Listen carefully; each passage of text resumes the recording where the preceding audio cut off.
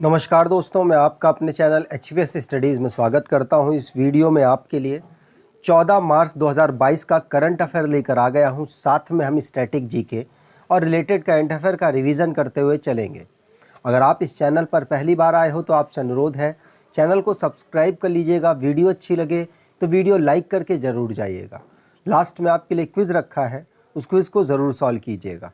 चलिए बात करते हैं लास्ट डे के क्विज़ की। तो लास्ट डे आपसे क्वेश्चन पूछा गया था, which state government will launch अमा योजना और बहिनी स्कीम। तो आप सभी ने आंसर दिया था सिक्किम, और सिक्किम ही सही आंसर है।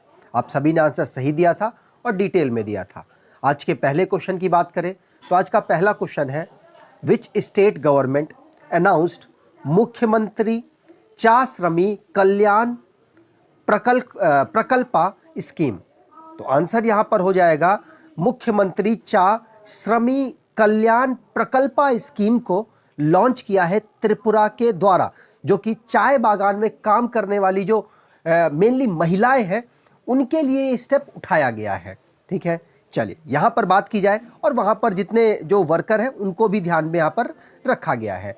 यहाँ पर बात की जाए तो 7,000 टी गार्डन में जो वर्कर्स हैं त्रिपुरा में, वहाँ पर काम करने वाले लोगों के लिए इस स्कीम को लॉन्च किया गया है, जिसमें 85 करोड़ रुपए एलोकेट किए गए हैं त्रिपुरा गवर्नमेंट के द्वारा।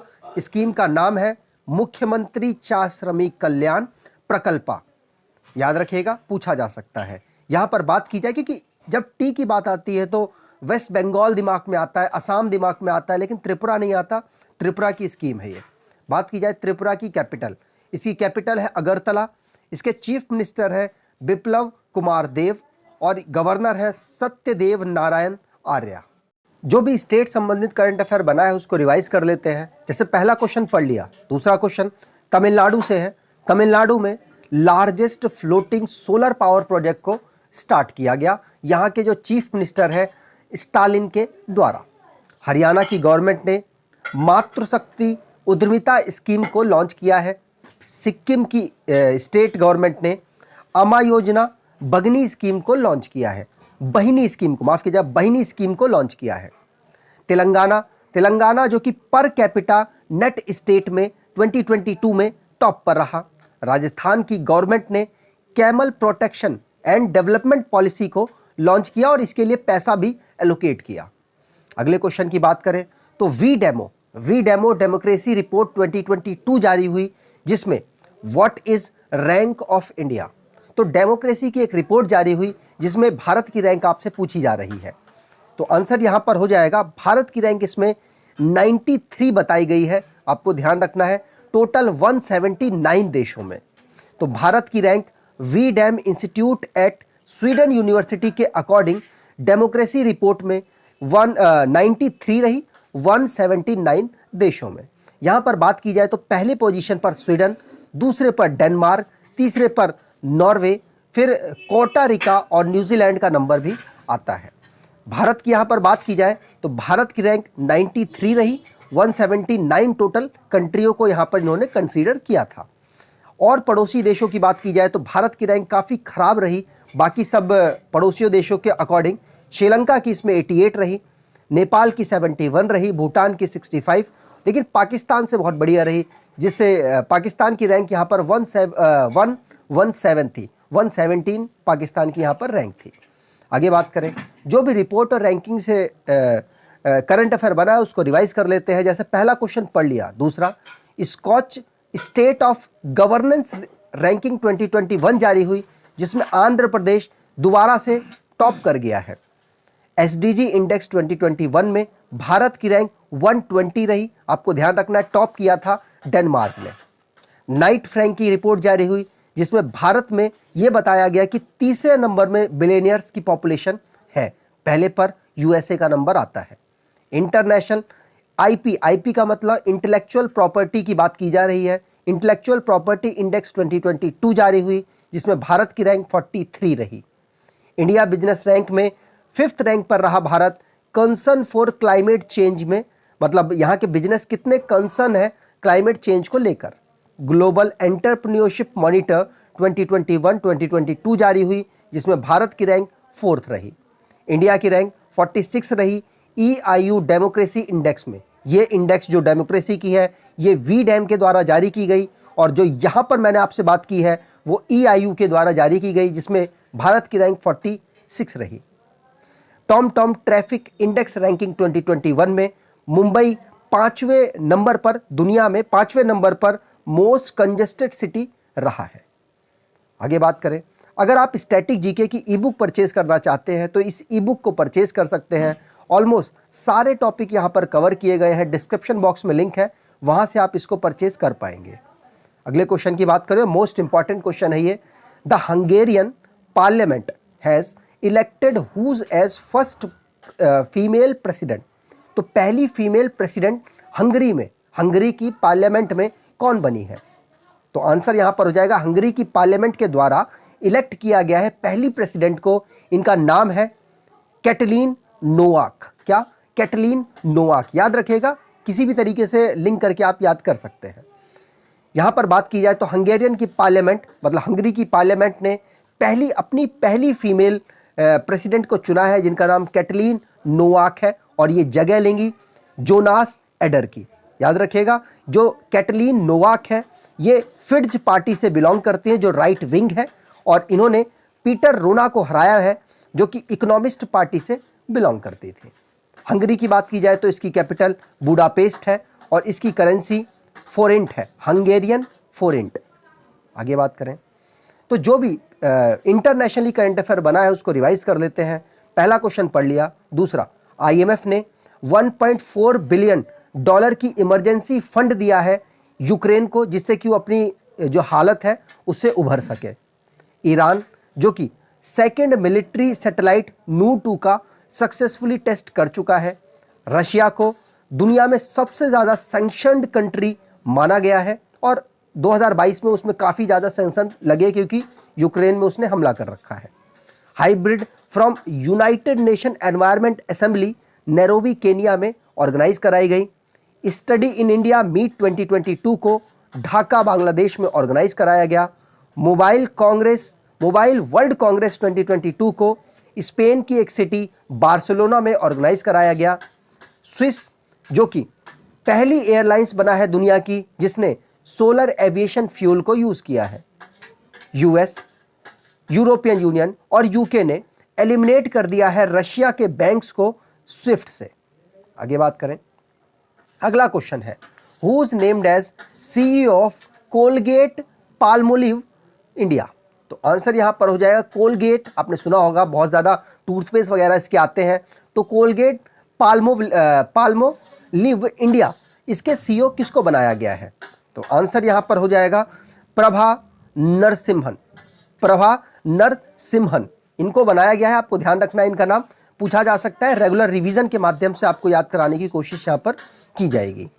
तो प्रभा नरसिम्हन, जो कि CEO और MD बनी है कोलगेट पाल्मोलिव इंडिया लिमिटेड के। याद रखना है, इन्होंने राम राघवन की जगह ली है, जो कि ये जो कोलगेट है ये हिंदुस्तान यूनिलीवर के अंतर्गत आती है। ठीक है, चलिए आगे बात करें तो जो अपॉइंटमेंट रिसेंटली में हुए हैं उसको रिवाइज कर लेते हैं। जैसे प्रभा नरसिम्हन का नाम याद कर लिया। अश्वनी भाटिया जी, जो कि SBI के MD रहे थे और SBI में मतलब सेबी में मेंबर के रूप में चुने गए हैं। लुपिन ने मैरी कॉम को ब्रांड एम्बेसडर के रूप में चुन लिया है, जिससे कि वो अपने शक्ति इनिशिएटिव को आगे बढ़ा सके।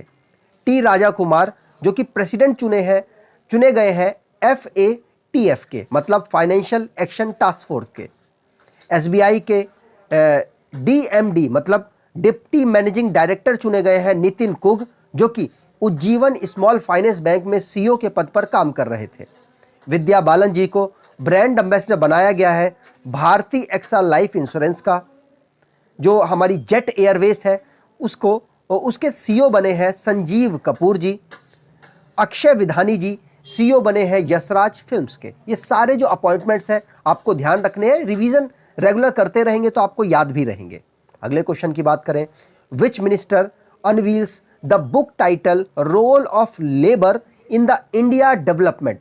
तो ये बुक मोस्ट इंपॉर्टेंट है। Role of labour in India development को किस मिनिस्टर के द्वारा लॉन्च किया गया? आप यहाँ पर देख भी सकते हैं। इनका नाम ये वैसे लेबर मिनिस्टर है और इनका नाम है भूपेंद्र पटेल, याद रखिएगा, माफ कीजिएगा, भूपेंद्र यादव इनका नाम है और मिनिस्टर ऑफ लेबर और एम्प्लॉयमेंट इस समय पर ये संभाल रहे हैं। इन्होंने role of labour in India development को लॉन्च किया है। VV Giri national labour institute के द्वारा इस बुक को पब्लिश किया गया। जो भी रिसेंटली में बुक रिलीज हुई है उनको याद कर लेते हैं, उनको रिवाइज कर लेते हैं। जैसे पहली क्वेश्चन पढ़ ली। दूसरा है शरद पवार जी ने रत्नाकर सेट्टी जी की autobiography on board my years in BCCI को लॉन्च किया है, याद रखना है। The queen of Indian pop को उषा उत्तप के द्वारा लॉन्च किया गया। एक बुक है द ब्लू बुक, इस बुक को अमिताभा कुमार के द्वारा लॉन्च किया गया। दीपम चटर्जी ने द मिलेनियल योगी को लिखा है और मोस्ट इंपॉर्टेंट बुक है, याद रखिएगा। उत्तर प्रदेश में चुनाव जीत चुके हैं और इतिहास रचा है, इसलिए इस बुक को आपको याद रखना पड़ेगा, पूछा जा सकता है। राइटर का नाम भी दीपम चटर्जी इनका नाम है। उड़ान एक मजदूर बच्चे की इस बुक को मिथिलेश तिवारी के द्वारा लिखा गया। एमके स्टालिन की ऑटोबायोग्राफी है उंगालिल उर्वन, इस बुक को एमके स्टालिन जी ने ही लॉन्च किया है, जो कि तमिलनाडु के चीफ मिनिस्टर है। एक बुक है द ग्रेट टेक गेम, इसको अनिरुद्ध सूरी के द्वारा लिखा गया। जिम्मी सोनी की एक बुक है the founder the story of PayPal को इन्होंने लिखा है। ये सारी बुकें आप रेगुलर रिवाइज में रखेंगे तो आपको जरूर याद हो जाएगी। अगले क्वेश्चन की बात करें। India's first fully owned by the women industrial park in which city. तो रिसेंटली में इसको लॉन्च किया गया है, इसलिए ये क्वेश्चन आपके लिए बना है और आने वाले एग्जाम में आपसे पूछा भी जा सकता है कि इंडिया की पहली महिलाओं द्वारा संचालित इंडस्ट्रियल पार्क किस सिटी में बनाया गया। तो आंसर यहां पर हो जाएगा जो तेलंगाना की कैपिटल हैदराबाद है वहां पर इसको इस्टेब्लिश किया गया। सी ऑप्शन यहां पर बिल्कुल सही हो जाएगा। इंडिया की पहली वुमेन के द्वारा इंडस्ट्रियल पार्क खोला गया हैदराबाद में, पूछा जा सकता है, जिसको फिक्की लेडीज ऑर्गेनाइजेशन FLO के द्वारा कोलैबोरेशन से बनाया गया है और इसको प्रमोट भी यही दोनों ऑर्गेनाइजेशन कर रही हैं। ठीक है, चलिए आगे बात करें। अगला क्वेश्चन है और ये वाला क्वेश्चन मोस्ट इंपॉर्टेंट है, इसमें बहुत कुछ आप सीखेंगे, जैसे कि कौन सा एयरपोर्ट कहां पर है, ये क्वेश्चंस बनते हैं और आपको यहां पर मिलेंगे ये question. How many Indian airports named the ACI worlds और ASQ वर्ल्ड्स 2021, मतलब कि ACI का मतलब यहां पर है एयरपोर्ट काउंसिल इंटरनेशनल और ASQ का मतलब यहां पर है एयरपोर्ट सर्विस क्वालिटी। इन दोनों जो कैटेगरीज है जिसमें 33 पैरामीटर्स लिए गए हैं और 33 पैरामीटर में चेक करने के बाद भारत के कितने एयरपोर्ट्स को इन कैटेगरीज में डाला गया है। तो आंसर यहां पर हो जाएगा और आंसर है 6 एयरपोर्ट्स को भारत के इन कैटेगरीज में डाला गया है जिसमें 33 पैरामीटर्स को चेक किया गया है। यहां पर बात की जाए तो ये जो रिपोर्ट है ये किसके द्वारा जारी की गई, तो एयरपोर्ट काउंसिल इंटरनेशनल के द्वारा इसको जारी किया गया, जिसका हेडक्वार्टर मॉन्ट्रियल कनाडा में है और इसके फाउंड किया गया था इसको 1991 में। मैंने आपको बता ही दिया 33 पैरामीटर्स के अकॉर्डिंग जो एयरपोर्ट्स हैं उनको ACI और ASQ के कैटेगरी में डाला गया है। साइज के अकॉर्डिंग बात की गई है, कितने यहाँ पर पैसेंजर्स आते हैं उनके अकॉर्डिंग बात की गई है। तो आप देख सकते हैं 6 हमारे जो एयरपोर्ट्स हैं किस तरीके से इंक्लूड किए गए। तो पहली कैटेगरी है जिसमें 40 मिलियन पैसेंजर पर ईयर में 40 मिलियन से ज़्यादा पैसेंजर पर ईयर में आते हैं। उनमें छत्रपति शिवाजी महाराज इंटरनेशनल एयरपोर्ट जो कि मुंबई में है, लगातार 5वें साल इस एयरपोर्ट को इंक्लूड किया गया। दूसरा है इंदिरा गांधी इंटरनेशनल एयरपोर्ट जो कि नई दिल्ली में है, इसको लगातार 4थे साल इसमें इंक्लूड किया गया है। यहाँ पर बात की जाए दूसरी कैटेगरी की तो 15 to 25 million passenger per year आते हैं। राजीव गांधी इंटरनेशनल एयरपोर्ट जो कि हैदराबाद में है, इस वाली कैटेगरी में इसको इंक्लूड किया गया। ये तीसरा अपना हो गया। और तीसरी कैटेगरी है जो कि 5 से 15 मिलियन पैसेंजर जिसमें आते हैं एक साल में, वो है कोचिन इंटरनेशनल एयरपोर्ट कोचिन में जो कि केरला में पड़ता है, और सरदार वल्लभ भाई पटेल इंटरनेशनल एयरपोर्ट जो कि अहमदाबाद में पड़ता है। ये हमारे कितने हो गए, 2 यहां पर, 1 यहां पर और 2 यहां पर, मतलब टोटल 5 हो गए, 1 रह गया नीचे। 2 से 2 to 5 मिलियन पैसेंजर जिस एयरपोर्ट में आते हैं उसको भी इस कैटेगरी में डाल रखा है। चंडीगढ़ एयरपोर्ट जो कि चंडीगढ़ में पड़ता है, और टोटल मिलाकर 6 एयरपोर्ट्स को हमारे इसमें किसमें ACI और ASQ कैटेगरी में डाल रखा है। याद रखिएगा, ऐसे ही मैंने याद करने की कोशिश कर रखी है। ACI का मतलब एयरपोर्ट काउंसिल इंटरनेशनल है, और ASQ का मतलब है एयरपोर्ट सर्विस क्वालिटी। याद रखिएगा, और कितने पैसेंजर्स आते हैं उसके अकॉर्डिंग इनको कैटेगराइज किया गया है। अगले क्वेश्चन की बात करें, which justice named as chairperson of Char Dham project committee. तो चार धाम प्रोजेक्ट कमिटी के लिए किसको नया चेयरमैन बनाया गया है? तो आंसर यहां पर हो जाएगा AK सीकरी को। AK Sikri, justice AK Sikri, इनको बनाया गया। रिटायर्ड हैं ये, सुप्रीम कोर्ट ऑफ इंडिया में ये जज थे और अब ये रिटायर हो चुके हैं। AK सीकरी को चार धाम प्रोजेक्ट कमेटी में चेयरपर्सन के पद पर बैठाया गया है। रवि चोपड़ा की जगह इन्होंने ली है। ठीक है, याद रखना है, पूछा जा सकता है। अगले क्वेश्चन की बात करें तो who inducted into world golf hall of fame.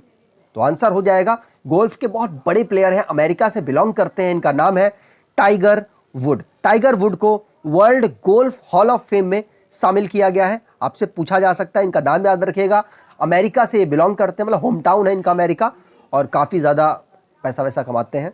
तो टाइगर वुड इनका नाम है, world golf hall of fame में इनको शामिल किया गया है। आगे बात करें तो आज के क्विज की, तो who elected as new South Korean president. तो आपको कमेंट बॉक्स में डिटेल में आंसर देना है। अगर आपको ये वीडियो अच्छी लगी है तो आपसे अनुरोध है, वीडियो को लाइक कर दीजिएगा, चैनल को सब्सक्राइब कर लीजिएगा, और एटलीस्ट अपने कुछ दोस्तों तक वीडियो को शेयर ज़रूर कीजिएगा। धन्यवाद।